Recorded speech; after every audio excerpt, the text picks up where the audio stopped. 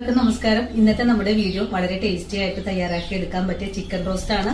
ഈ ഒരു chicken roast വളരെ സിമ്പിൾ ആയിട്ടാണ് ഞാൻ തയ്യാറാക്കി കാണിക്കുന്നത്. ഇന്ന് നമുക്ക് കുറച്ച് ചിക്കൻ റോസ്റ്റിന് ഓർഡർ ഉണ്ട്. അപ്പൊ ആ ഒരു വീഡിയോ നിങ്ങളെ കൂടെ കാണിക്കാന്ന് വിചാരിച്ചു. അപ്പോൾ നമുക്ക് ഉടൻ തന്നെ നമ്മുടെ വീഡിയോ കാണാൻ പോകാം. അപ്പോൾ വീഡിയോ കാണുമ്പോൾ പ്രത്യേക ഒരു കാര്യം ചേച്ചി പറയട്ടെ, നമ്മുടെ വീഡിയോ കാണുമ്പോൾ നിങ്ങളുടെ വലിയൊരു ലൈക്ക് തരാൻ മറക്കരുത് കേട്ടോ കൂട്ടുകാരെ.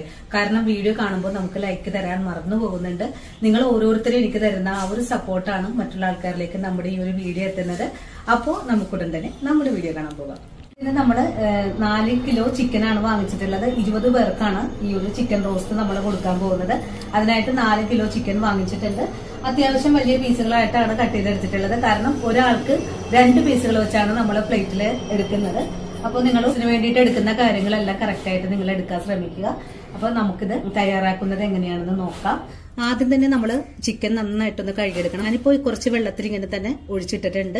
ഇനി ഈ വെള്ളത്തിൽ നിന്നും മാറ്റിയതിന് ശേഷം നല്ലപോലെ കഴുകിയിട്ട് ഈ ഒരു ചോര മയൊക്കെ കളഞ്ഞിട്ട് നമുക്കൊന്ന് ഉപ്പ് വെള്ളത്തിലും ഇത്തിരി വിനാഗിരിയും കൂടി ചേർത്ത് ഒന്ന് മുക്കി വെക്കണം. ഒരു 10-15 മിനിറ്റ് നേരം അങ്ങനെ മുക്കി വെക്കുമ്പോഴേക്കും നമ്മുടെ ഈ ചിക്കന്റെ ബാഡ് സ്മെല്ലൊക്കെ അങ്ങ് പോയി കിട്ടും.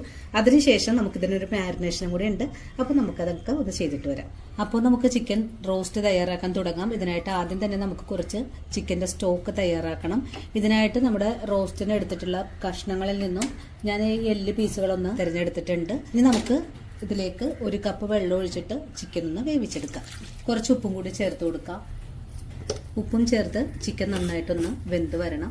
എന്നിട്ട് നമുക്ക് ഈ കഷ്ണങ്ങൾ മാറ്റിയിട്ട് ഈ ഒരു ചിക്കൻ വെന്ത് വന്നിട്ടുള്ള വെള്ളം മാത്രമേ ആവശ്യമായിട്ടുള്ളൂ. ചിക്കൻ ഇവിടെ നന്നായിട്ട് കഴുകി വെള്ളം എല്ലാം കളഞ്ഞു വെച്ചിട്ടുണ്ട്.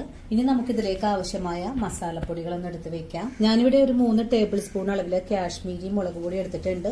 3 സ്പൂൺ അളവില് എരിവെള്ള മുളക് പൊടി, 1 ടീസ്പൂൺ അളവില് മഞ്ഞൾപ്പൊടി, 1 സ്പൂൺ അളവില് പെരുംജീരകം, അതുപോലെ 4 സ്പൂൺ അളവില് ചതച്ച കുരുമുളക് എടുത്തിട്ടുണ്ട്.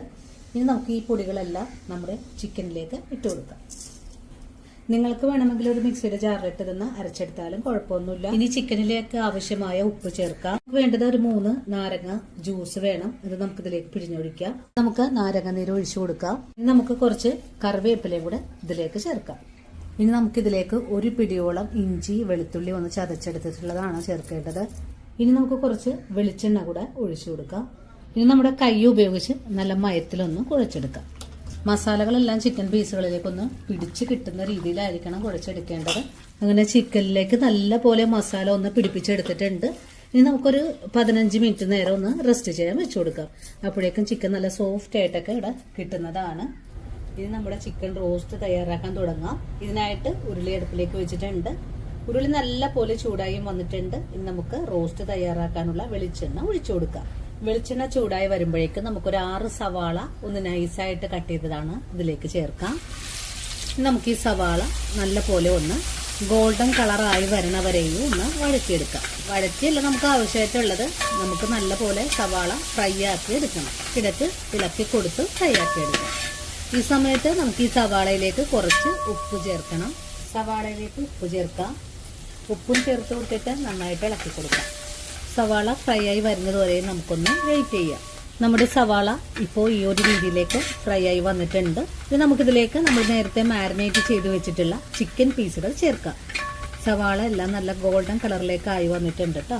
ഇതേ ഒരു പാകത്തിലാണ് നമുക്കൊന്ന് ആക്കിയെടുക്കേണ്ടത്.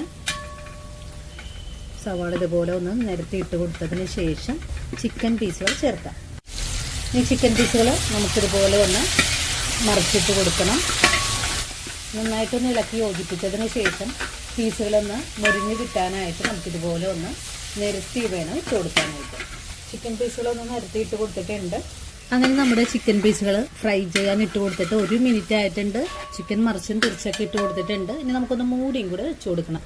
അപ്പോൾ ഈ ചിക്കൻ പീസുകളൊക്കെ ഒന്ന് വെന്ത് കിട്ടും. നല്ലതുപോലെ മറിച്ചും തിരിച്ചൊക്കെ ഇട്ട് കഴിഞ്ഞാൽ നമുക്കൊന്ന് മൂടിയും കൂടെ വെച്ച് കൊടുക്കാം. മൂടി വെച്ച് ചെറിയ തീയിൽ വെച്ചിട്ട് വേണം നമുക്കൊന്ന് ഇനി ചിക്കൻ വേവിച്ചെടുക്കാനായിട്ട്. അങ്ങനെ ഇപ്പോൾ നമ്മൾ ചിക്കൻ മൂടി വെച്ചിട്ട് ഒരു 5 മിനിറ്റ് ആയിട്ടുണ്ട്. ഞാനിപ്പോൾ ഈ ഒരു സമയത്ത് ചിക്കൻ പീസുകൾ കരിയാതിരിക്കാനും വേണ്ടിയിട്ട് ചെറിയ അടുപ്പിലേക്ക് മാറ്റിയിട്ടുണ്ട്.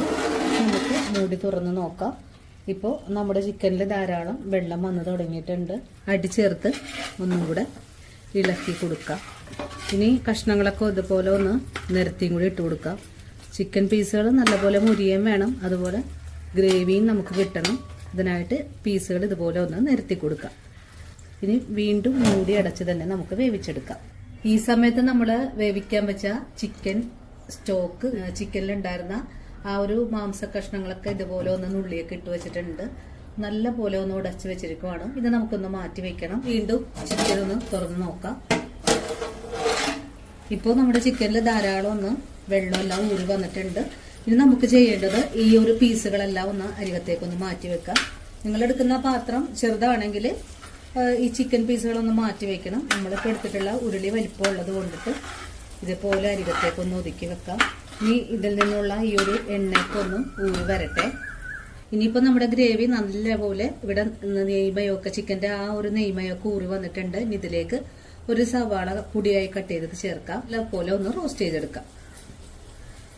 നല്ല മെറൂൺ കളറിലേക്ക് തന്നെ ആക്കിയെടുക്കണം. അതുവരെയും നമുക്കൊന്ന് വഴറ്റിയെടുക്കാം. ഈ സവാള ഈ എണ്ണയിൽ ഇട്ട് കൊടുത്ത് നല്ലപോലെ ഒന്ന് വഴറ്റിയെടുക്കാം. ഇപ്പൊ നമ്മുടെ സവാളയിലേക്ക് ധാരാളം എണ്ണയൊക്കെ ഊറി വന്നിട്ടുണ്ട്. നമുക്ക് അതുകൊണ്ട് ഇതിലേക്ക് എണ്ണയൊന്നും ഒഴിച്ചു കൊടുക്കേണ്ട ആവശ്യമൊന്നും തന്നെ ഇല്ല. നമ്മുടെ സവാള നല്ലപോലെ ഒന്ന് സോഫ്റ്റ് ആയിട്ട് വാടിയൊക്കെ വന്നിട്ടുണ്ട്. ഈ ഒരു സമയത്ത് നമുക്ക് ഇതിലേക്ക് ഒരു കാര്യങ്ങൾ ചേർക്കണം.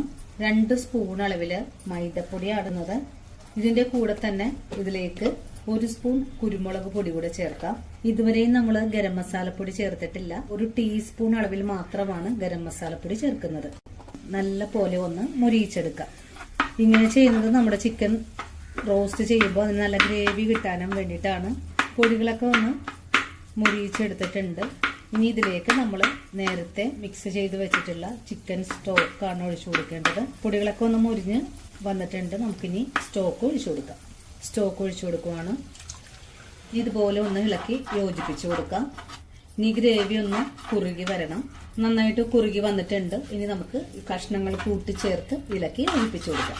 ഈ സമയത്ത് നമ്മുടെ ചിക്കനിലേക്ക് നല്ല ഗ്രേവിയൊക്കെ ഒന്ന് പിടിച്ച് വന്നിട്ടുണ്ട്. ഒന്നും കൂടെ ഫുൾ ഫ്ലെയിം വെച്ച് കൊടുത്ത് ഒന്ന് ഡ്രൈ ആക്കി എടുത്തു കഴിഞ്ഞാൽ വളരെ രുചികരമായിട്ടുള്ള കൊഴുപ്പേറിയ ചിക്കൻ റോസ്റ്റ് ഇവിടെ റെഡിയാണ്. ഫ്രൈഡ് റൈസ്, പൊറോട്ട, ചപ്പാത്തി, എന്തിന്റെ ബിരിയാണിയുടെ സൈഡ് ഡിഷ് ആയിട്ട് വരെ നമുക്ക് എടുക്കാവുന്നതാണ്. ഇനിയിപ്പോൾ നിങ്ങളുടെ വീട്ടിൽ ചെറിയൊരു ഫംഗ്ഷനൊക്കെ വരുന്ന സമയത്ത് തീർച്ചയായിട്ടും ട്രൈ ചെയ്ത് നോക്കാൻ പറ്റിയ നല്ല അടിപൊളി റെസിപ്പി തന്നെയാണ്. എല്ലാവരും ഈ ഒരു വീഡിയോ കണ്ടിട്ട് ഇതേ രീതിയിൽ ഒന്ന് തയ്യാറാക്കി നോക്കണം. തയ്യാറാക്കി നോക്കുമ്പോൾ നിങ്ങൾക്ക് ഇഷ്ടപ്പെടുവാണെങ്കിൽ തീർച്ചയായിട്ടും നമ്മുടെ ചാനൽ ഫോളോ ചെയ്യാൻ മറക്കരുത്. അതുപോലെ വീഡിയോ കുറിച്ചുള്ള അഭിപ്രായങ്ങളെല്ലാം കമന്റ്സ് ആയിട്ട് അറിയിക്കാനും മറക്കരുത്. ഇനിയിപ്പോൾ ആദ്യമായിട്ട് നമ്മുടെ വീഡിയോസ് കാണുന്ന കൂട്ടുകാരെങ്കിലും ഉണ്ടെങ്കിൽ ചാനൽ ഫോളോ ചെയ്യാതെയാണ് കാണുന്നതെങ്കിൽ നമ്മുടെ ചാനൽ ഒന്ന് ഫോളോ ചെയ്യണേ. അതുപോലെ നിങ്ങൾ ഈ വീഡിയോ കണ്ട് ട്രൈ ചെയ്ത് നോക്കുമ്പോൾ നിങ്ങൾക്ക് ഇഷ്ടപ്പെടുവാണെങ്കിൽ നിങ്ങൾക്ക് കിട്ടിയ ഈ ഒരു അറിവ് നിങ്ങളുടെ കൂട്ടുകാരിലേക്ക് ഷെയർ ചെയ്ത് കൊടുക്കാനും മറക്കരുത്. അപ്പോൾ ഇനിയും ഇതുപോലുള്ള നല്ല വീഡിയോസൊക്കെ ആയിട്ട് ഞാൻ ഇനിയും ഓടിയെത്തുന്നതാണ്. അതുവരെയും വീഡിയോ കണ്ട് സപ്പോർട്ട് ചെയ്ത എല്ലാ കൂട്ടുകാരോടും ഒത്തിരി സ്നേഹമൊക്കെ അറിയിച്ചുകൊണ്ട് അടുത്ത ദിവസവും വീണ്ടും കാണാം. അതുവരെയും കാണാം.